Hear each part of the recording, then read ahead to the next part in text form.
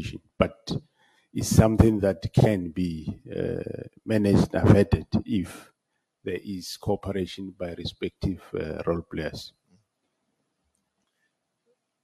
I'm interested that you use the word they. Who are they, General? Because you are appointed by the President. Yes, I'm appointed by the President, but you will find that there will be criminal cartels that will go into a little corner, connive, and come up with a case. At the end of the day, whether there is a case or there is no case, the fact of the matter is you have been removed. That is the most important. So, and so that's the reality of the situation. So are you saying that despite the fact, and it's a constitutional obligation on the President, despite the fact that the President makes the appointment of a national commissioner, it's still subject to outside third-party influence? Yeah, yes, it's subject to, yes, quite a lot of other factors, as I said.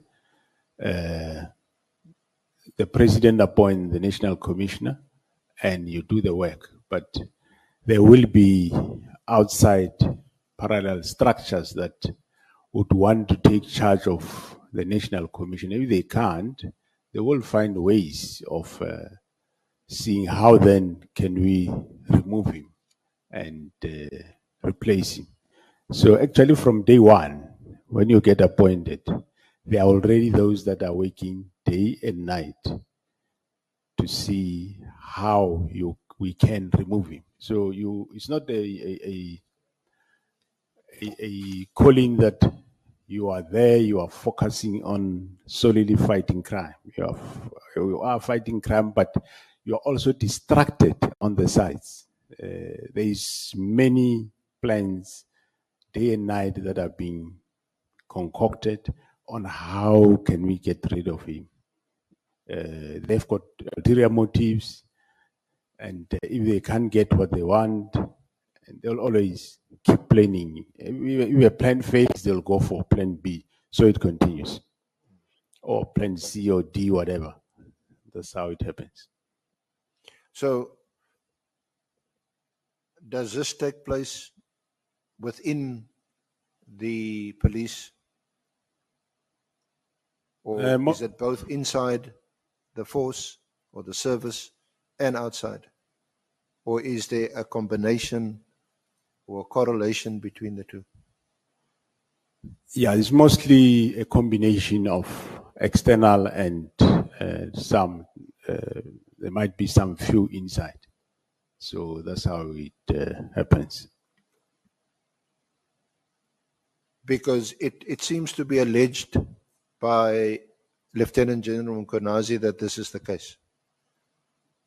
The infiltration of the police service and of other sectors of our society, even the judiciary claims, correctional services, the magistracy, that there's this attempt to influence the direction in which the police should go or must go. Yeah, no. Do you identify with that allegation? Yeah, some of them I heard of them, but I know that it's not a sweeping statement to say everybody in the JCP justice cluster or judiciary. No, there will be certain figures that in all areas, be it within the judiciary, some, and even in the criminal justice system, it's not everybody. There will be some few individuals that will come together and do. They go on places and caucus and plan as to what they want to do. So it's not to say is everybody is involved. No, it's some small groupings and cartels that, or you can call it a gang, that will plot this. And if that whatever they plot fails, they'll start another one, or another group will start something else somewhere. So yes, of course, the whole purpose is to take control, and which, of course, we're not allowing that to happen. But of course, remember, we deal with people that are sophisticated, that knows what they are doing. So it takes time and quite challenging to get to them, because they know how to play the system. Thank you, General. So I suppose we, and especially in this honorable committee, in terms of their mandate and in terms of what they need to propose to the National Assembly, they can only do what they can do.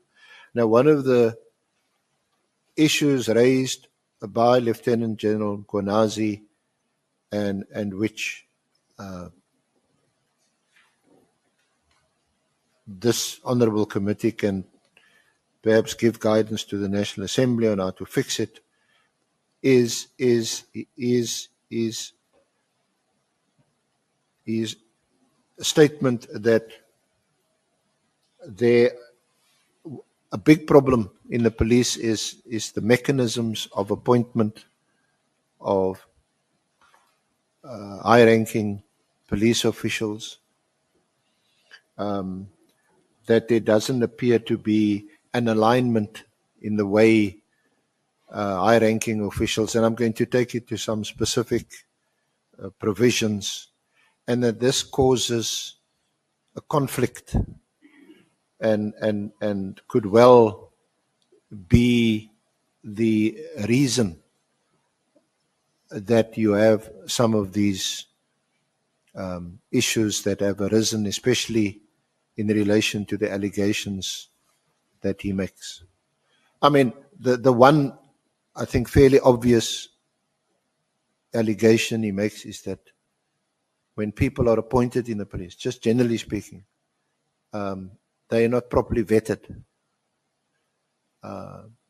People join the force for various reasons, sometimes only because they need a job. There's unemployment. Other people join because they've got ulterior motives to get into the police. Other people join because there's nepotism. There's all kinds of reasons other than what he says are the right reasons, certainly why he joined the police, and that is to serve his country. So perhaps just that first comment about the sort of proper due diligence and vetting of individuals joining the police. Are you satisfied that proper procedures and processes are being followed to make sure that we have the right caliber of person becoming a police officer in this country? Yeah, I think we are doing our best, but I will the years around 2009, 2010. Most of the systems, especially in the JCPS systems, have been scrambled, and of course, coming from in the previous, for example, the vetting capacity of crime intelligence, I think around 2010, 11, there were not more than 7 people. And if you take 7 people against, well, at some point, the police service was 200,000. Surely you can see that the plan is for sure that they can't really touch anywhere.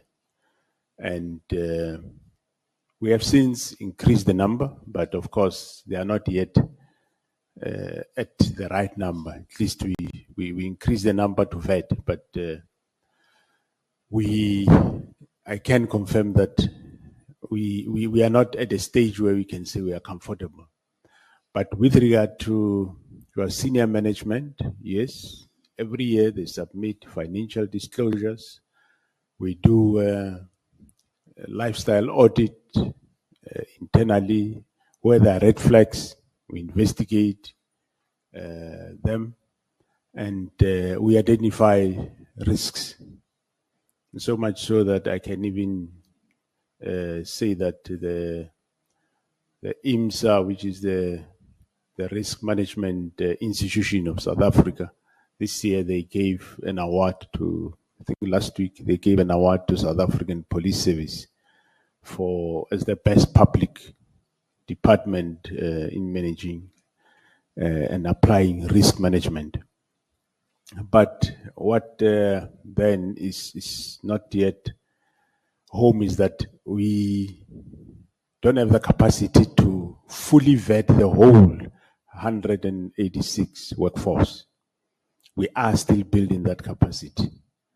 But luckily, with regard to senior management, in April this year,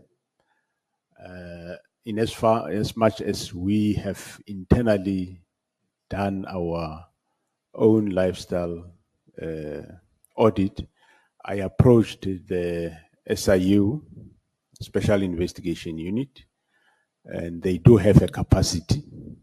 I said, no, come and vet us so that we can be vetted by an independent body. Not that I undermine the internal, but it's best to have it done externally.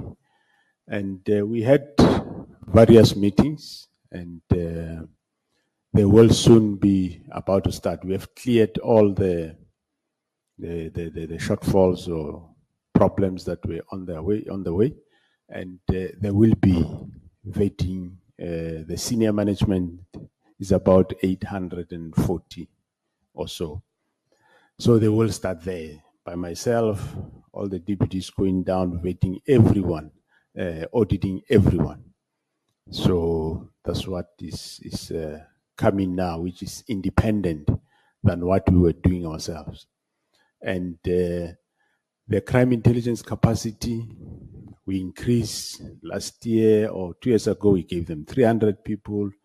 Last year, we gave them, I think, another 600 and 1,000 this year. So, and we also said boost the vetting capacity so that at the end of the day, we can be able to vet everyone. But for now, the SIU, they are going to concentrate, as I said, on the senior management. From there, there are areas that we have identified: your financial directorate, supply chain directorate, your port of entries. So there are areas that we identified which they will, after senior management, go in there. I think we're pleased to hear that, General, especially about the lifestyle audits of senior management, because it's an obvious start that we need to make to ascertain whether or not, quite simply, people are living beyond their means.